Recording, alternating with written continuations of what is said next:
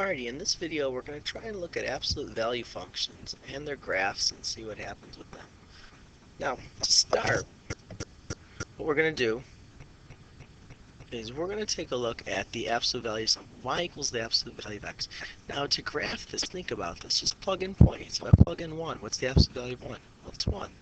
Plug in 2, the absolute value of 2 is 2. The absolute value of 3 is 3. So on and so forth. The right side continues on this pattern. It looks like a line. However, let's take a look at negative 1. The absolute value of negative 1 is positive 1. Ooh. The absolute value of 0, by the way, is 0. The absolute value of negative 2 is positive 2. The absolute value of negative 3 is positive 3. The absolute value of negative 4 is positive 4. So if we take a look at this, what it does is it actually makes a straight line in that direction and a straight line in that direction. It actually makes a V shape. Okay. Absolute value graphs are V-shaped normally, at least when the insides are linear or basic linear functions. So if we take a look at this one, it's the absolute value of x plus 1. Well, if we plug in 0, I get 1. Plug in 1, I get 1 plus 1 is 2. The absolute value of 2 is 2. So it kind of goes on that. If I plug in negative 1, negative 1 plus 1 is 0. The absolute value of 0 is 0. Plug in negative 2. Negative 2 plus 1 is negative 1. The absolute value of negative 1 is positive 1. Ooh. Well, negative 3 plus 1 is negative 2 and then positive 2. Ooh. So it still makes that V-shaped. Okay. This time, it's a little off. Okay. My line isn't very good here because I don't know why. This tablet doesn't like me. Right? So if you look, it's almost the same graph, but it's kind of just moved. If we try this one, if you plug 0 in for this one, that's the value of 0 is 0. Then you subtract 2 because the order of operation. You get minus 2. Plug in 1. The absolute value of 1 is 1 minus 2 is negative 1. Yeah, we got a negative. That's okay. Plug in 2. The absolute value of 2 is 2 minus 2 is that. Well, let's try the negatives. Well, the negatives just become positive. So the absolute value of negative 1 is positive 1. Minus 2 is minus 1. So on. And there we go, we have our third graph. Okay, and I'm trying to be as exact as possible and hit the lattice points. And you can see the shape is the same. It's supposed to be straight line. Ugh. You know, I got a tool that fixes this. Maybe I should just pull that out. Something more like that. There we go. A V, there we go. So they look the same, however, they're just in different places. If we take a look at some of the things. If we take a look at the B on the inside, if it's on the inside, what it does, it shifts the graph left and right. The inside moves the left and right. If it's like x plus 3 in the absolute value, it shifts it actually to the left, which is a little backwards. We're used to it being left or right is positive, but in this case it actually goes the opposite direction.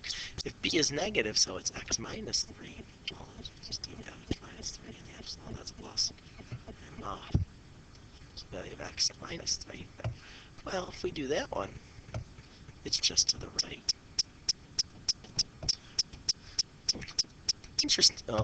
Interesting, okay? They're backwards for once. That's okay. Try your shifts out. If it's on the outside, it's going to shift our graph up or down. Now this one does not follow that rule of opposites. If it's greater than 0, it shifts the graph up. So think of the absolute value of x plus 3. And then if I have it on if it's less than 0, aka it's negative, it moves it down. So the absolute value of x minus 3. Look at the difference between how it's on the inside and outside. And that's key for our shifts, especially when we're doing more of them. Alright? Can you state the function, state the domain, and the range, okay? So if we look, this is just an absolute value graph shifted 1 unit to the left. Well, left and right, it's going to be 1, and I made it positive because it's left. Okay? The domain is, well, what can you plug into the absolute value function? Well, you can plug in anything. It's actually the reals, or negative infinity to infinity. And the range is, well, what's the lowest it goes? Well, it goes to 0, includes 0, and the highest it goes is infinity. Over here, it's an absolute value graph, but if we look, the v has been moved 2 down. Well, it's the absolute value of x minus 2 because the minus comes from the up and down, and it's on the outside. The range, again, is the reals. Okay, you can go left and right as far as you want. There's always something to put in. But domain, the domain is the reals, but the range, on the other hand, what's the lowest it goes? It goes to -2. It goes as high as infinity, and you can get to -2. Right, this is a little different one. Okay, let's just keep going like that. Well, I have it all positive. It looks like an absolute value graph. It doesn't look shifted. Well, if I look at it, how do I make them all negative? Well, how do you make something negative? You put a negative on it. Well, this one is y equals the negative absolute value of x. The domain is still the reals. You can still plug in anything to this. But the range now is negative infinity to 0. It goes low and goes all the way to 0. It's always less than 0. Okay. Notice how that did something to the graph. What did it do? It flipped it. It flipped it over the x-axis. And that's important to take a look at. Okay.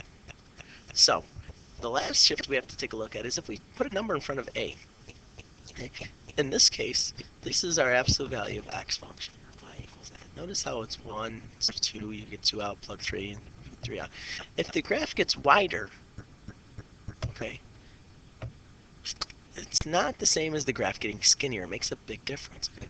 I need to take the absolute value, and I've got to do something to it. I've got to put a number in front of it, or at least the x, so that when I plug in 1, I get 2, I plug in 2, I get 4. Well, doesn't that make sense to double it? It's a 2x. Notice how it gets thinner, right? Which is important to look at. It got pushed inward. However, this one, if I plug in 1, I get like, well, if I plug in 2, I get 1. If I plug in 4, I get 2. It's kind of halving it. Well, that's going to be a compression factor, okay? If you have a 2, the bigger the number, the skinnier the graph gets. If it's between between 0 and 1, it's going to kind of like the graph got sat on. Okay. So be careful of the compression factors that we look at. This is a horizontal and a vertical, or horizontal stretch if you want to look at it. We're going to look more at the vertical stretches. Okay. And the rule is a gets greater than 1, the graph gets skinnier or pushed inward. Think of it that way. However, if it's between 0 and 1, it gets fatter, as I say.